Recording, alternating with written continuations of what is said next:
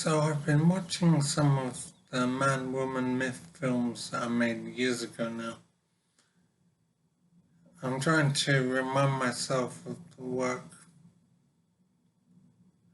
because I've had a brain injury and it means I've lost memory. So I'm trying to get back up to speed in the men's movement. So I'm thinking of the films that I've seen, and one thing that is very common is that when death and suffering is discussed in the news and different places, women and children are often specified. So there'll be something like hundreds of people were killed, including women and children. Women and children is a common expression, and they're specified because women are more important than men. It is significant that women are affected by tragedy. It means something. I've never heard a news broadcast ever say something like men were amongst the dead. It simply wouldn't happen. Women are specified.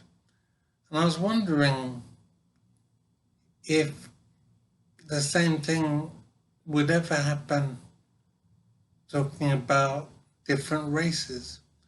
So would there ever be a news broadcast saying white people were amongst the dead? Of course that wouldn't happen. That would be considered racist and hateful, and it's impossible for that language to be used. But for some reason, we seem to be perfectly okay with specifying women when it comes to death and suffering.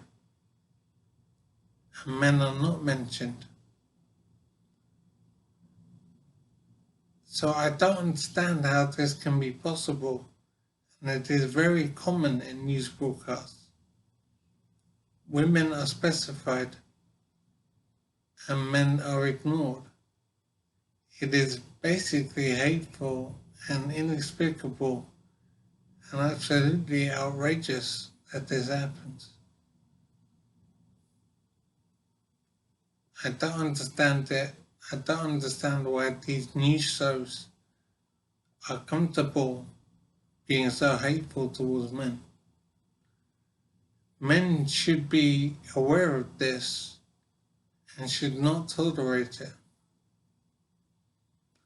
I have drawn attention to this as much as I can. And it is up to men to refuse to accept this,